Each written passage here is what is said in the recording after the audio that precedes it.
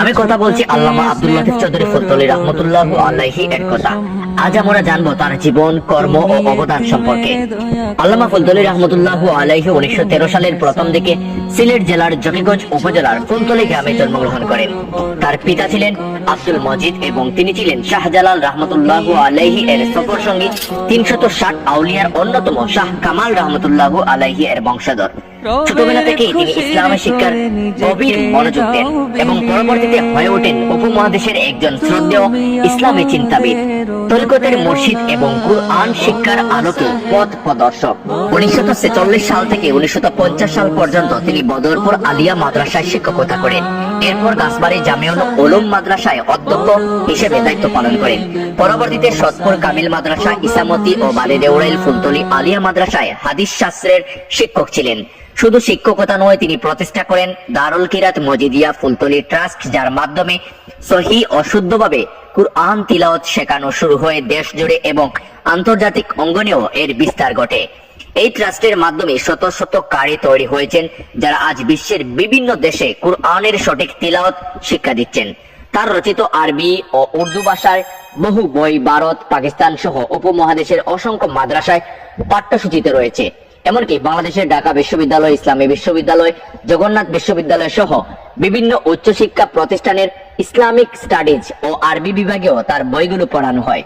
তিনি কাদেরিয়া, চিশতিয়া, নকশবন্দিয়া, মুজাদ্দেদিয়া ও মুহাম্মদিয়া তরিকায় মুর্শিদ ছিলেন এবং এসব তরিকার প্রচার প্রসারে আজীবন কাজ করে গেছেন। তার তরিকতের সিলসিলা ছিল শাহ ওয়ালি উল্লাহ থেকে শুরু করে শাহ আব্দুল আজিজ, সৈয়দ আহমেদ ব্রেলভি, শাহ কারামত আলী জৌনপুরী, হাফিজ আহমদ জৌনপুরী, শাহ ইয়াকুব বদরপুরি হয়ে গেছে আল্লামা ফুলতলী পর্যন্ত। 2008 সালের 16 জানুয়ারি সিলেট শহরের শাহজালাল দারুস সুন্নাহ ইয়াকুবিয়া কামিল মাদ্রাসার পাশে নিজের বাসভবনে ইন্তেকাল করেন এই আধ্যাত্মিক মনীষী। ওই দিন বিকেলে তার জানাজা হয়ে গ্রামের বাড়ির পাশে বালাই হাওরে, যেখানে লাখো মানুষের ঢল নামে। জানাজা শেষে তাকে সমাহিত করা হয় তার প্রতিষ্ঠিত জামে মসজিদের পাশে। তার ইন্তেকালের পর তার বড় ছেলে মোহাম্মদ ইমাদউদ্দিন চৌধুরী ফুলতলী পিতার স্থলাভিষিক্ত হন। ইমাদউদ্দিন চৌধুরী নিজেও ছিলেন একজন শিক্ষক এবং পরবর্তীতেও পিতার দেখানো পথ অনুসরণ করে ইসলামের শিক্ষা ও তরিকতের খেদমতে নিজেকে নিয়োজিত করেন। আল্লামা ফুলতলী রাহমাতুল্লাহ আলাইহি শুধু একজন আলেম বা মুর্শিদ ছিলেন না, তিনি ছিলেন এক দূরদর্শী সংগঠক ও শিক্ষাবিদ। তিনি প্রতিষ্ঠা করেছেন এমন বহু প্রতিষ্ঠান ও সংগঠন যা আজও দেশ ও বিদেশে ইসলামের শিক্ষা, কুরআন তিলাওয়াত ও তরিকতের আলো ছড়িয়ে যাচ্ছে।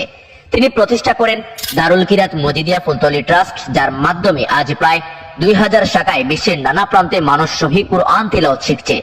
মাদ্রাসা শিক্ষা ব্যবস্থা উন্নয়নে গঠন করেন বাংলাদেশ আঞ্জুমানে মাদারিসে আরাবিয়া, আর তরুণ প্রজন্মকে আদর্শ শিক্ষায় গড়ে তুলেন বাংলাদেশ আঞ্জুমানে তালামিজে ইসলামিয়া। শিক্ষক, কারি ও ওলামাদের কল্যাণে তিনি প্রতিষ্ঠা করেন নানা সংগঠন, যার মধ্যে রয়েছে লতিফিয়া কারি সোসাইটি, ইয়াকুবিয়া হিফজুল কুরআন বোর্ড এবং লতিফিয়া এতিমখানা।